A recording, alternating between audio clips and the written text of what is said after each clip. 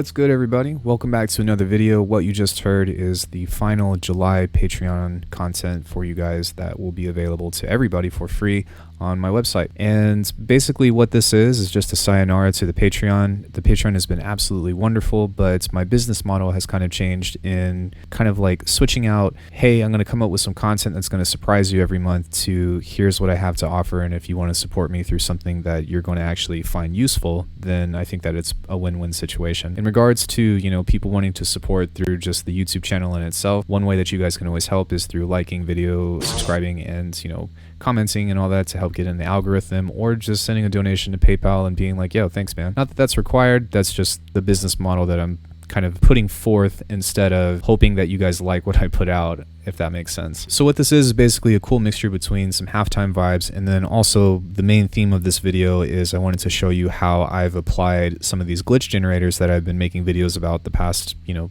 few weeks into context. And the reason why I wanted to take the time to do that is because a lot of times whenever you're creating sound design jams or you're creating quote-unquote mode pies or whatever, you might get a lot of really cool things, but it might not come together in such a way that you hear it musically. So a long time ago, not a long time ago, but a few months ago, I watched a video from Wolk, and he was basically talking about how to take a song, stretch it out, and create these cool slices using the simpler and finding a cool riff out of that. And so the challenge that I made, which I have a video on, was to figure out how to do that, but in means of Bitwig. We can take that same idea of taking any chunk of audio that has interesting sounds in it and doing the same thing of slicing it up. It could be a bass, it could be a chord progression, it could be elements of a song, especially like if you're used to sampling from something that takes inspiration from hip hop. It's kind of not really a new thing, and I'm not reinventing the wheel here. It's just kind of like reforming what we hear into something of like fitting in the context of the music that we're trying to make, if that makes sense. A lot of times whenever like you do sampling for hip hop, you're looking for melodies and stuff to create a new melody. But with us, because these things are kind of atonal and they have a lot of different frequency elements in them, then we're really just kind of trying to focus on creating a catchy rhythm that is along our BPM,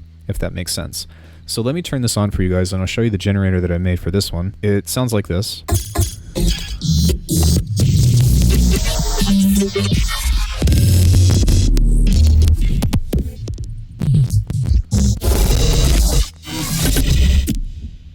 If it's clipping, that's because of OBS, and it's like spiking my CPU, but long story short, it's got like some cool bass tonalities in it that also has like some high-end stuff. And basically from that point on, if I just kind of let that play out for a little while, I ended up bouncing out some kind of audio thing. So once you have something like this, and this can be done in so many different ways, it doesn't have to be done through phase plant. You can just take like a granular synth and do all that stuff anyways or whatever. You basically either consider doing more processing to it, which is what I did in the second glitch group, or you can just kind of leave it as it is, and then you go slice to multi-sample and create these cool little chops. These are much more quiet than what I was just playing, but that's because they're a little bit more mixed. So on this one, I left it as it was, and then on this one, what I went and did was added a pitch envelope of 12 semitones, so that way it kind of has a little bit more impact whenever it's played. And so the cool thing is, like, you've created this contrast between a kind of like low indie feel and then also like having some high-end stuff to help complement that whenever you're trying to come up with some kind of riff. And from that point on, you really just consider your BPM and start kind of placing something that you like and seeing if it fits within time. So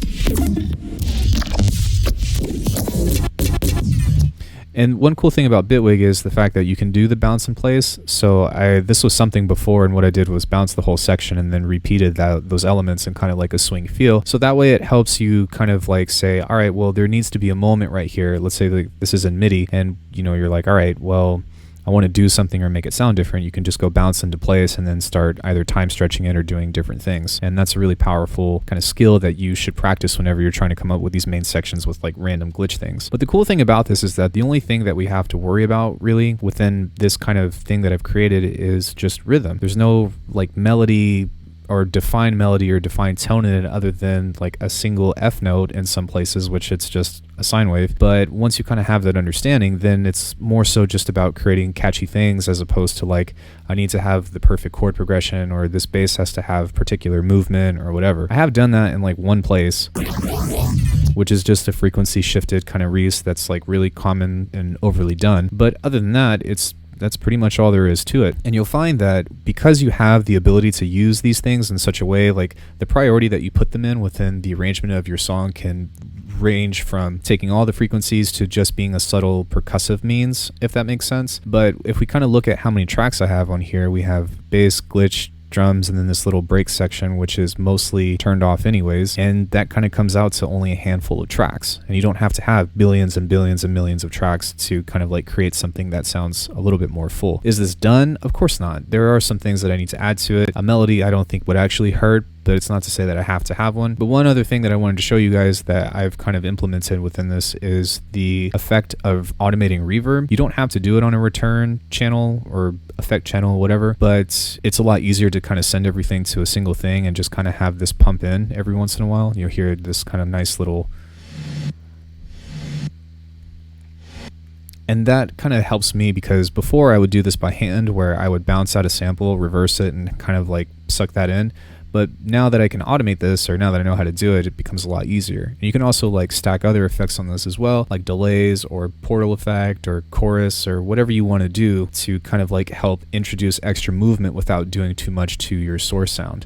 And you only have to automate one thing that controls everything. To kind of counteract that though, just in case if you were wondering, I have a high pass filter right here, so that way even if any bass is coming through this, it's not really being touched, and then it kind of all goes into the master that way to kind of help create this cool like living, breathing motion, if that makes sense. So in essence, I hope that you guys enjoy this. Other than that, I can talk about a lot of other things, but it's all from the videos and stuff that I've been posting from before. I kind of just wanted to throw something together and give it to you guys to go and play with and all that. If you end up doing something with this, then let me know. And remember that whenever I give you guys the stems to this and stuff, just keep in mind that you're going to have to put an OTT on the master or on the tracks individually. Otherwise, it's not going to sound as bright. So within all that stuff, thank you guys so much. I appreciate all of your guys' support and all that stuff. And please be sure to check out my website for, I've got quite a few free things up there now, and any support that you guys can throw, hopefully my content is worth it to you. And in the meantime, I'm still just trying to spend some time, getting everything together and making sure that I can continue to sustain the YouTube channel while also being able to survive.